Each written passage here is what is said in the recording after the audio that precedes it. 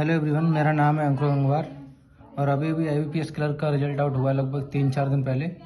और थैंकफुली मैं अपने पहले अटैम्प्ट में ही मैंने अपना आईबीपीएस क्लर्क का एग्ज़ाम क्लियर कर लिया। ये मेरा पहला अटैम्प्ट था। तो इस वीडियो में मैं अपनी जर्नी शेयर करने वाला हूँ, जो भी मैंने 1.5 साल में सीखा है कि कौन सी गलती मैंने की और कौन सी गलतियाँ ऐसी हैं जो तुम्हें नहीं करनी, जिससे कि तुम्हारा सिलेक्शन और ज़्यादा जल्दी हो सके, है ना। तो मैं इसमें बताने वाला हूँ कि मैंने स्टार्ट कब किया। तो मेरी जर्नी स्टार्ट हुई थी लगभग 2024 में, 2024 के भी बिल्कुल लास्ट में, क्योंकि मेरा ग्रेजुएशन उस समय कंप्लीट नहीं हो पाया था। मेरा रिजल्ट जो फाइनल सेमेस्टर का रिजल्ट था वो आया था अगस्त में, और इस समय भी मुझे डिग्री नहीं मिली थी, है ना। तो इस टाइम तक सिर्फ आईबीपीएस पीओ एक ऐसा था जो एग्ज़ाम रह गया था, और वही मैं फॉर्म भरवाया था। तो मैंने वही पहला प्री दिया, और प्री में जैसा एक्सपेक्टेड था वैसे मैं फेल हुआ। मेरे 39 मार्क्स थे उसमें, सिर्फ 39 में स्कोर कर पाया। मैंने अटेम्प्ट किए थे लगभग 45 के आसपास, है ना। तो इस समय तक मेरा कोर्स जस्ट कंप्लीट हो पाया था, क्योंकि मैंने लगभग अगस्त में शुरुआत की थी और इसका शायद सितंबर में था एग्ज़ाम, मुझे याद नहीं है। 19 तारीख को था, 19 को एग्ज़ाम था, इतना नहीं मालूम अगस्त में था कि सितंबर में था। यही एग्ज़ाम में दे पाया था 2024 का। उसके बाद फिर 2025 में आते हैं, तब जाके मैंने फिर से आईबीपीएस पीओ दिया पहला। उसका मेरा प्री निकला, मेंस मैंने दिया, मेंस मेरा रह गया, मेंस नहीं हो पाया था। लगभग काफ़ी मार्क्स का मार्जिन था इसमें, लगभग 9 या 8 मार्क्स से नहीं हो पाया था मेरा, क्योंकि मैंने जो टाइपिंग वाला होता है ना, लेटर राइटिंग और ऐसे राइटिंग, उसमें मेरा ब्लेंडर हुआ था।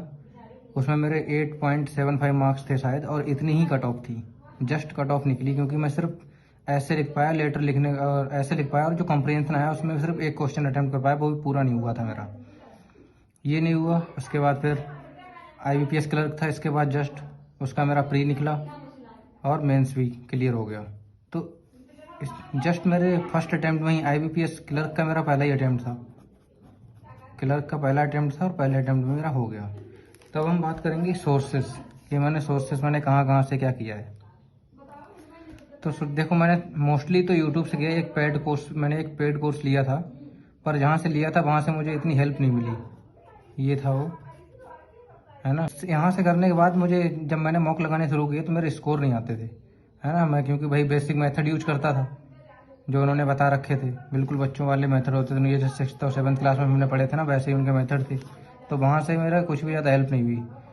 तो फिर मैंने आईबीपीएस क्लर्क से जस्ट लगभग 3 महीने पहले मैंने स्विच किया और सारा वाईटी से करना शुरू किया। तो क्वांट के लिए जो मैंने फॉलो किया वो थे लर्निंग कैप्सूल्स से, लर्निंग कैप्सूल्स हर्षल भैया से। और यहाँ आने के बाद मेरा जो क्वांट का स्कोर था, यहाँ से एकदम सीधा स्काई रॉकेट हो गया ऊपर। बहुत ज़्यादा हेल्प हुई। इनकी जो ट्रिक्स होती थी या जो शॉर्ट तरीके से वो करके दिखाते थे, तो मैं करता क्या था, मैंने ज़्यादातर रिकॉर्डेड लेक्चर ही देखे हैं। मैं लाइव पे नहीं जा पाता था, क्योंकि मैं लाइव पे जाता था ना तो मैं लाइव चैट ओपन करके उसी में खो जाता था।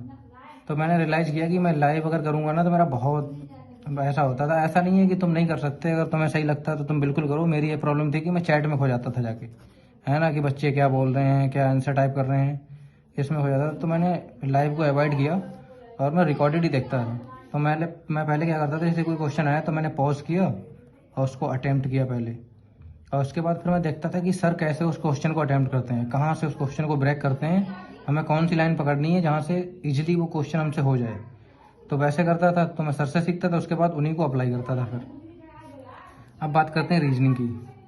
तो रीजनिंग एक पीडब्ल्यू के टीचर थे, बेसिक मैंने वहाँ से पढ़ी, और वो सही में बहुत अच्छा पढ़ाते थे। उनका नाम है सचिन आडेकर, सचिन आडेकर। यहाँ से किया। सॉरी, मेरी वीडियो पॉज हो गई थी क्योंकि फ़ोन में स्टोरेज नहीं है। अब यहीं से कंटिन्यू करते हैं। तो हाँ, मैं रीजनिंग की बात कर रहा था। तो रीजनिंग जो बेसिक था वो मैंने सचिन आडेकर सर से किया, ये पीडब्ल्यू पे पढ़ाते हैं। और इनसे पढ़ने के बाद मुझे बेसिक में कोई प्रॉब्लम नहीं हुई। तो बेसिक करने के बाद मैं पूरा यूट्यूब पे ही रिलाई किया हूँ उसके लिए, है ना। सारा मैंने यूट्यूब से फॉलो किया। और यूट्यूब पे जिन टीचरों को मैंने फॉलो किया वो हैं, एक तो अंकुश लांबा सर। और इनको मैं ऐसे नहीं कि इनसे सीखने के लिए जाता था, इनका जो कंटेंट था, जो क्वेश्चन का, मैं सिर्फ वही पजल्स वगैरह करने जाता था, पॉज कर लेता था। इनके तरीके तो मैंने नहीं सीखे, पर जो क्वेश्चन थे वहाँ से मैं प्रैक्टिस करता था यहाँ से। और एक सर हैं, ओले बोर्ड पे पढ़ाते हैं, arts of reasoning, arts of reasoning इनका चैनल है, नाम मुझे शायद याद नहीं आ रहा नाम क्या है, पर हाँ आर्ट्स ऑफ रीजनिंग इनका चैनल है और ये ओलिव बोर्ड पर भी पढ़ाते हैं। तो इनका कंटेंट बहुत ही ज़्यादा एग्जाम रिलेवेंट है। अगर तुम रीजनिंग सही में करना चाहते हो ना, इनसे करो। और इनके जो तरीके हैं वो भी बहुत ज़्यादा स्टूडेंट फ्रेंडली हैं ना, एकदम ऐसे करते हैं जैसे हम लोग एग्ज़ाम में करते हैं। लेकिन इनका तरीका मुझे ज़्यादा पसंद नहीं आया, है ना। तो यहाँ से तुम इनको फॉलो कर सकते हो। अब बात करते हैं इंग्लिश की। तो शुरू में क्या होता था, मेरे इंग्लिश में आते थे 4 नंबर, 5 नंबर और ज़्यादा से ज़्यादा 12 नंबर मेरे मैक्सिमम आते थे प्री के, जब मैं मॉक लगाता था। जहाँ से मैंने बेसिक किया उसके बाद तो फिर मैंने क्या किया, जब मेरा नहीं सही स्कोर आया तो मैंने स्विच किया वरुण चित्रा सर पर। वरुण चित्रा सर को फॉलो किया और इनका भी मैंने वाईटी ही लिया, कोई पेड कोर्स नहीं लिया, वाईटी से ही मैंने इनको फॉलो किया, वरुण सर को। और इनके बारे में मुझे पता कैसे लगा, एक एस्पिरेंट है, एस्पिरेंट ब्लॉग करके उसका चैनल है, उस पर वाईटी पे वो मॉक लगाती है। तो उन्होंने मुझे बताया था कि वरुण चित्रा सर को फॉलो करो तो तुम में इम्प्रूवमेंट आएगी, है ना। तो मैंने वरुण चित्रा सर को फॉलो किया और 1 साल में ही मेरे मार्क्स जो 10 से 12 आया करते थे वो एकदम से 20+ होने लगे तुरंत। क्योंकि इनका जो नेचर है ना पढ़ाने का, वो बहुत ही ज़्यादा फ्रेंडली है। और इनसे और तुम्हें क्या होता है ना कि तुम कुछ टीचर से वाइब मैच हो जाती है। तो ये सर ऐसे है ना कि इनको पढ़ाते हुए, अगर जब ये पढ़ाते हैं ना तो मुझे बिल्कुल मज़ा आता था इनसे पढ़ते हुए, है ना। कुछ टीचर से तुम पढ़ते हो तो तुम्हें नींद आती है, पर ये इतना अच्छा पढ़ाते हैं जिसको मैं शब्दों में बयां भी नहीं कर सकता। तो वरुण चित्रा सर को तुम इंग्लिश के लिए फॉलो कर सकते हो अगर तुम्हारी वाइब मैच हो जाती है इनसे। तो अब बात करते हैं बैंकिंग और करंट अफेयर्स की, बैंकिंग अवेयरनेस और करंट अफेयर्स की। तो ये ऐसा सब्जेक्ट है ना जिसको पढ़ने में मुझे मौत आती है, मुझसे नहीं होती इसकी क्लास। मैं जब क्लास देखता हूँ तो मुझे नींद आती है। तो इसके लिए मैंने जो कपिल काठवाल सर का जो वो कोर्स आता है ना जिसमें क्विज़ वगैरह देते हैं और साथ में PDF भी होता है, तो उसी से मैंने किया। और इसको भी मैं हमेशा नहीं करता था, और ये एडवाइस मैं तुम्हें बिल्कुल नहीं देता कि तुम भी एग्ज़ाम से जस्ट पहले करो। जब ये IBPS क्लर्क का आया था तो मुझे प्री का रिजल्ट आउट होने के बाद मैंने करंट अफेयर्स पढ़ना शुरू किया, है ना। और ये बिल्कुल भी एडवाइजेबल नहीं है, तुम हो सके तो बिल्कुल डेली करो, डेली का डेली, है ना। तो मैंने PDF से पढ़ा, अब वो ऐसे ही हुआ तो मेरे इसमें मार्क्स भी उसी हिसाब से आए 4.75, क्योंकि पढ़ ही नहीं गया, है ना। और वो भी मैंने अटैम्प्ट किए इसमें 16। तो तुम यहीं से पता कर सकते हो कि 16 अटैम्प्ट करने के बाद मेरे इतने मार्क्स आए हैं। तो ये मुझसे नहीं होती भाई। तो इसके लिए मैं तुम्हें एडवाइस भी नहीं दूंगा कि तुम्हें कहाँ करना चाहिए, तुम खुद ही ढूंढो कैसे कर सकते हो, है ना। बैंकिंग अवेयरनेस हो गया। अब मॉक्स की बात करते हैं। तो मॉक्स के लिए मैं सिर्फ एक एप्लीकेशन पर रिलाई किया हूँ, मॉक्स और PDF के लिए, है ना। जो डेली प्रैक्टिस PDF होते हैं उनके लिए और मॉक्स के लिए वो है गाइडली। अभी कोई पेड प्रमोशन नहीं है, हो भी नहीं सकता क्योंकि मेरे 5 तो सब्सक्राइबर हैं, तो कहाँ से कोई मुझे पेड कोलेब्रेशन के लिए बुलाएगा। तो मैंने गाइडली के लिए ही ये लगभग 1.5 ईयर्स की जर्नी में पूरा का पूरा जितने भी मॉक्स दिए हैं आज तक सब गाइडली के। और 1-2 फ्री मॉक्स जो होते हैं लाइव वो मैंने दिए हैं टेक्स्ट बुक ओलिव बोर्ड के, पर टेक्स्ट बुक मुझे इतना सही नहीं लगता। तो ओलिव बोर्ड का जो मेंस का जो मॉक्स होते हैं वो ज़्यादा एग्जाम रिलेवेंट होते हैं, और मेंस के मैंने उतने मॉक लगाए भी नहीं, ना तो मैंने गाइडली भी लगाए ना इस पे ओलिव बोर्ड भी लगाए, है ना। तो ये हो गया मॉक्स के वगैरह में। और हाँ, गाइडली के मैंने डेली PDF भी लगाए थे जो डेली टारगेट हुआ करते थे उसके लिए, उसकी हम बात करेंगे भी यहाँ पे। तो अब बात करते कि मैं कितने घंटे पढ़ता था। तो देखो इसमें क्या होता था, मेरे कोई फिक्स नहीं है, मेरे आवर्स फिक्स नहीं होते थे कि मुझे 5 घंटे पढ़ना है या 6 घंटे पढ़ना है।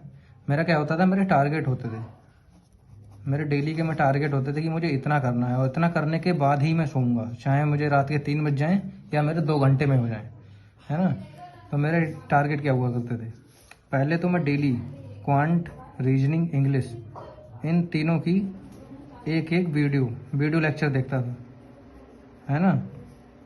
ज़्यादा से ज़्यादा मैं 1 घंटा या 1.5 घंटा, अगर जैसे लाइव स्ट्रीम कोई ऐसी पड़ी हो 3 घंटे की तो मैं 1.5 घंटे देख लूँगा, उसको आधा आज कंप्लीट कर लूँगा, आधा कल, ऐसा करता था। क्योंकि होता क्या था ना, YT पे वो एक दिन छोड़ के लाइव करते हैं, ठीक। तो मैं क्या करता था, वो मेरा 2 दिन का हो जाता था। अगर 3 घंटे की है तो मैं 1 घंटा आज कर लूँगा, 1 या 1.5 घंटे, और 1 या 1.5 घंटे कल। ऐसे ही इसके लिए इन तीनों के लिए मैं करता था। और साथ में जैसे एग्ज़ाम के, अगर प्री के एग्ज़ाम को अगर मैं प्री एग्ज़ाम देने जा रहा हूँ तो मैं डेली इनका एक PDF लगाता था, वो गाइडली का ही लगाता था मैं सारा। इसमें क्या होता है ना कि तुम चाहो तो इस PDF को टाइमली भी कर सकते हो मॉक की तरह, और चाहो तो वैसे भी सॉल्व करते हो। तो मैं विदाउट टाइमर लगाता था डेली इनका एक एक PDF। तो इनको करने में मुझे लगभग 2 से ढाई घंटे इसको भी करने में लगते थे, और 3 घंटे ये, 5 घंटे तो ये हो गए लगभग। ये हमेशा इतना टाइम नहीं लगता था, कभी कभी बहुत जल्दी हो जाता था, कभी कभी 4 घंटे, 3 घंटे। अब क्योंकि मैं एक सेटिंग में इसको नहीं करता था, मैं क्या करता था, टाइम को डिस्ट्रीब्यूट कर देता था, है ना। जैसे मॉर्निंग में मैं उठा तो मॉर्निंग में मैंने 2 घंटे क्लास कर ली, या तो क्वांट या रीजनिंग की, या तो इंग्लिश रीजनिंग, ऐसे कुछ भी। मैं 2 घंटे पहले सुबह पढ़ लेता था, फिर खाना वाना खाने के बाद 1 घंटे और लेक्चर लगाता था, और फिर बाद में शाम को फिर पढ़ने बैठ जाता था। और फिर क्या होता था, दिन के लास्ट में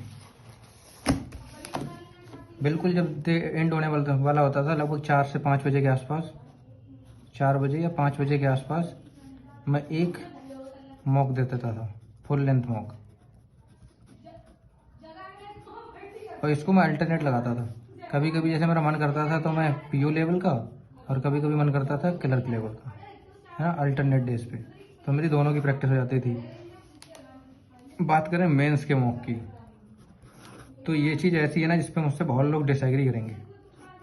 मैंने इसके मुश्किल से मेरी पूरी जर्नी में 5 से 10 मॉक्स दिए होंगे, और उनमें से एक भी फुल लेंथ मॉक नहीं दिया।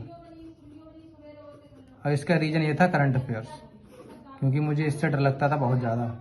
मुझे पता था मैं अगर अटेम्प्ट करूँगा ना तो मैं डिमोटिवेट हो जाऊँगा। अब उसका एक रीज़न तो ये है कि इनके जो गाइडली वगैरह या जो होते हैं ना, वो एग्ज़ाम से बहुत ही ज़्यादा अप करके बनाते हैं। प्लस लेवल होता है उनका बहुत ज़्यादा, +2 +3 लेवल। तो मैं फुल लेंथ मॉक तो कभी भी नहीं लगाता था, सेक्शनल मॉक्स में लगाता था, वो भी प्री का रिजल्ट आउट होने के बाद। जब रिजल्ट आ जाता था तो उसके बाद जो 7 से 8 दिन होते थे, उसमें मैं सिर्फ लगाता था, सेक्शनल मॉक लगा देता था, बस इतना ही मैंने किया है। और मेरा 1.5 ईयर्स के अंदर सिलेक्शन हो गया। तो अब यहाँ तो मैं नहीं रुकने वाला, मैं ओबियसली मैं PO की तैयारी करने वाला हूँ, साथ ही साथ इसको मैं ज्वाइन कर लूँगा, और साथ ही PO की तैयारी करूँगा। तो ये थी मेरी पूरी जर्नी।